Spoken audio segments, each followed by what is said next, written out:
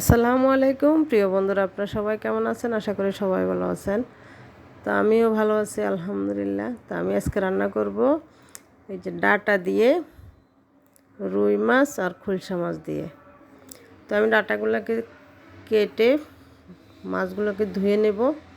ডাঁটা কেটে নিয়েছি এবং ধুয়ে নিয়েছি। তো এখন মাছটাকে আমি ভালো করে ধুয়ে হলুদ মরিচ লবণ দিয়ে এটাকে মেখে নেব, মেখে এটাকে ভাজি করে নেব।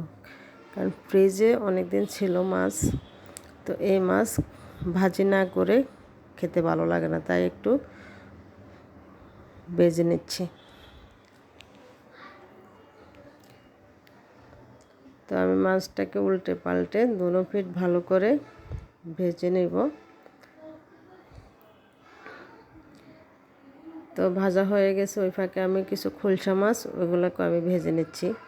তো আমার মাছ ভাজা হয়ে গেছে, এখন আমি ডাঁটা মশলা কষিয়ে ডাঁটাগুলা দুটো আলু দিয়েছি, ডাঁটাগুলো রান্না করব। এভাবে ডাঁটা রান্না করলে আমার কাছে অনেক ভালো লাগে, তাই আমি এভাবে কিছু শাক টাক নিয়ে ডাঁটা রান্না করি। তো আপনারা এইভাবে রান্না করে খাবেন, খেতে অনেক মজা হয়। তো এটাকে আমি কষিয়ে নেব, ভালো করে কষাইতে হবে। তরকারি যত বেশি কষানো হয় তত বেশি স্বাদ হয়।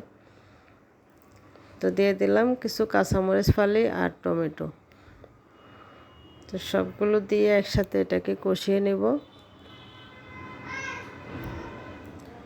তো উল্টে পাল্টে কষিয়ে এরপরে আমি দিয়ে দিব ঝোল। এই যে দিয়ে দিলাম পানি পরিমাণ মতো ঝোলের জন্য। তো দিয়ে এখন আমি দিয়ে দিব মাছগুলো, ভেজে রাখা মাছগুলো আমি দিয়ে দিব। তো দিয়ে দিলাম মাছ।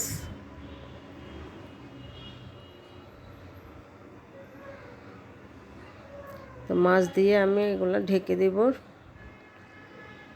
এই যে দেখতে অনেক সুন্দর হয়েছে, খেতে অনেক মজা হয়েছে। এই যে আমার ফাইনালি রান্না। যদি ভালো লাগে ভিডিওটি প্লিজ লাইক কমেন্ট শেয়ার করুন, পেজটি ফলো দিয়ে পাশে থাকবেন। সবাই ভালো থাকবেন। ধন্যবাদ সবাইকে। আমার জন্য সবাই দোয়া করবেন। আসসালামু আলাইকুম।